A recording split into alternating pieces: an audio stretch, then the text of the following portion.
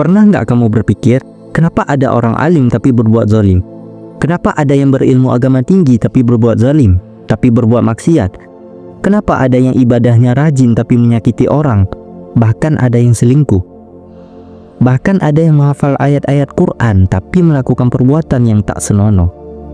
Itu fakta yang terjadi saat ini. Itu semua bukan karena kurang ilmu. Mungkin jawabannya karena kita diajarkan Tuhan Maha Melihat, tapi jarang diajarkan dari mana Tuhan melihat. Kalau kamu menyimak video ini sampai selesai, mungkin bisa mengubah caramu memandang dunia dan memandang dirimu sendiri.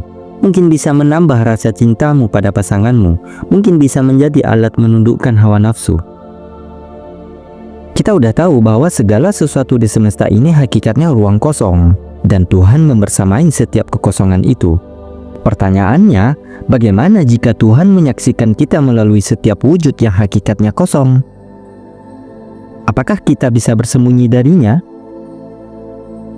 Mungkin yang membuat kita gelisah selama ini bukan karena hidup berat, tapi karena kita lupa sedang berada di hadapannya. Mari kita mulai dengan sifat-sifat Tuhan.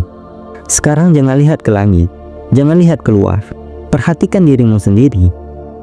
Sifat-sifat Tuhan itu tak hanya ada di luar sana, Dia juga menciptakan kita sebagai cermin dari sifat-sifatnya. Nanti silahkan renungkan 7 sifat ma'ani Allah yang ada pada kita. Qudrat, iradah, ilmu, hayat, sama, basar, kalam. Sebagai contoh, saat kamu melihat, Tuhan juga melihat melalui penglihatanmu. Saat kamu mendengar, Tuhan juga mendengar melalui pendengaranmu. Kita lihat hadis qudsi yang sangat terkenal. Akulah pendengarannya yang dengannya ia mendengar. Akulah penglihatannya yang dengannya ia melihat. Akulah tangannya yang dengannya ia memukul. Akulah kakinya yang dengannya ia berjalan. Pernahkah kamu merasa tangan ini bergerak seolah-olah bukan sepenuhnya darimu? Ini bukan tentang sosok Tuhan yang menyatu dengan makhluk, tapi tak ada satupun gerak makhluk yang terjadi di luar kehadirannya. Maka penglihatan bukan sepenuhnya milik kita, dan kurang tepat jika disebut pinjaman, karena pinjaman mengisyaratkan terpisah dari yang meminjamkan. Kalau saya pribadi lebih tepat memahaminya dengan Allah membersamai penglihatan kita. Kalau begitu, tidak ada satu detik pun dalam hidupmu yang benar-benar kamu jalani sendirian. Setiap kali kamu memandang ciptaan Tuhan, hakikatnya Tuhan sedang memandang ciptaannya melalui pandanganmu. Setiap kali kamu mendengar ayat-ayat Tuhan, hakikatnya Tuhan sedang mendengar melalui pendengaranmu. Dan setiap kali kamu dipuji, hakikatnya pujian itu kepada Tuhan yang membersamai kamu. Bagaimana dengan sifat laisa kamitslihi syai'un? Bukankah sosok Tuhan tak bisa disamakan dengan makhluk? Dalam mengenali Tuhan, bukan dengan berpikir sosoknya, bukan membayangkan sosok Tuhan tak ada yang serupa, tapi dengan melihat sifat-sifat Tuhan di alam semesta ini. Semua yang ada di semesta ini wujudnya berbagai macam, belum lagi di alam lain. Itu semua sudah menggambarkan sifat tak serupa, karena pasti ada perbedaan yang satu dengan yang lain. Contoh sederhananya adalah sidik jari kita. Bukankah itu menggambarkan sifat Tuhan tak ada yang serupa? Bahkan dirimu hari ini tidak sepenuhnya sama dengan dirimu yang kemarin. Itulah yang di awal kita bahas bahwa Tuhan adalah sumber segalanya. Sekarang mari kita masuk ke dalam diri kita. Dalam Al-Quran, Allah berfirman, dan kami lebih dekat kepadanya daripada urat lehernya. Mungkin masalah kita bukan Tuhan jauh, tapi kesadaran terlalu sibuk mencarinya di tempat yang salah. Penafsiran ayat ini dari sudut pandang syariat, kedekatan di sini adalah kedekatan ilmunya, kuasanya, serta malaikat pencatat amal. Kalau dari tasawuf, kedekatan ini adalah tajalli atau pancaran Allah. Kalau dari sudut pandang sains modern, segala sesuatu di alam semesta ini adalah energi dan semuanya terhubung dalam satu kesatuan dengan medan universal. Sekarang kita satukan ketiganya dengan analogi yang sangat sederhana. Malaikat disebutkan dalam hadis sahih diciptakan dari nur.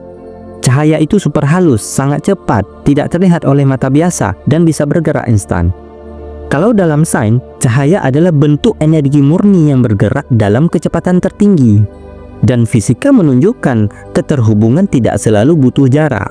Sederhananya, malaikat dapat dianalogikan seperti energi murni dengan kecepatan dan kehalusan yang sangat tinggi, tak terlihat, cepat, dan terhubung langsung tanpa jarak. Jadi makna kedekatan di ayat itu bisa dipahami kayak gini. Fikih bilang, kedekatan malaikat yang mencatat amal kita. Tasawuf bilang, malaikat itu pancaran kehendak Allah yang hadir di setiap kekosongan.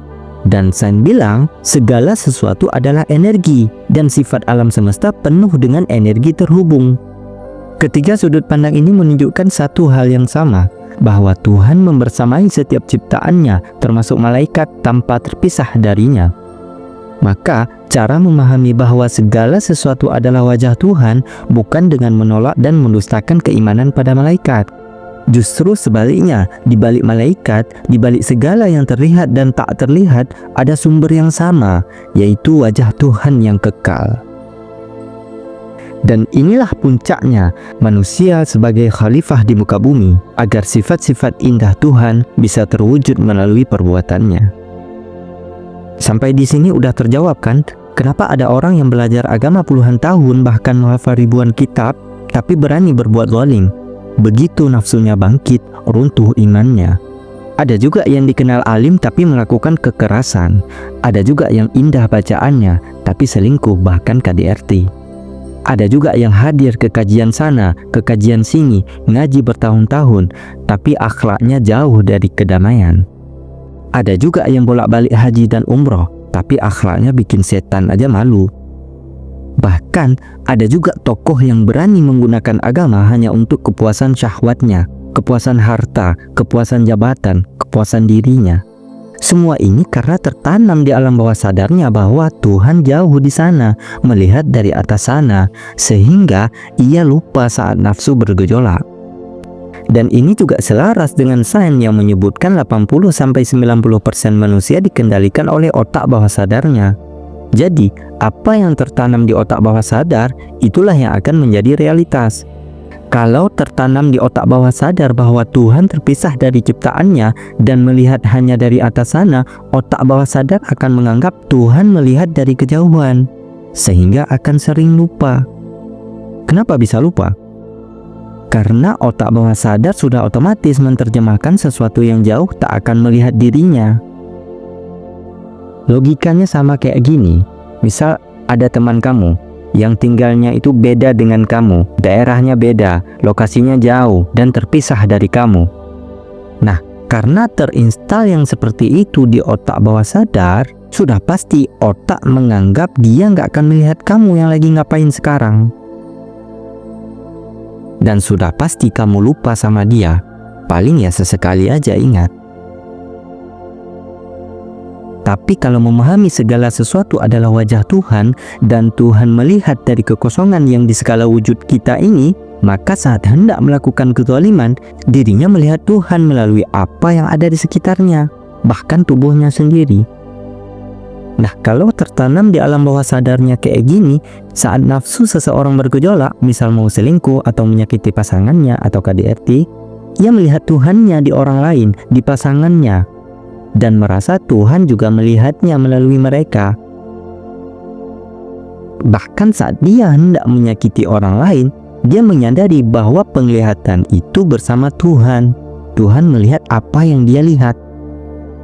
Dan saat ia melakukan maksiat dikala sendiri, ia melihat Tuhannya melalui HP-nya, dan Tuhan melihat ia melalui segala sesuatu di sekitarnya.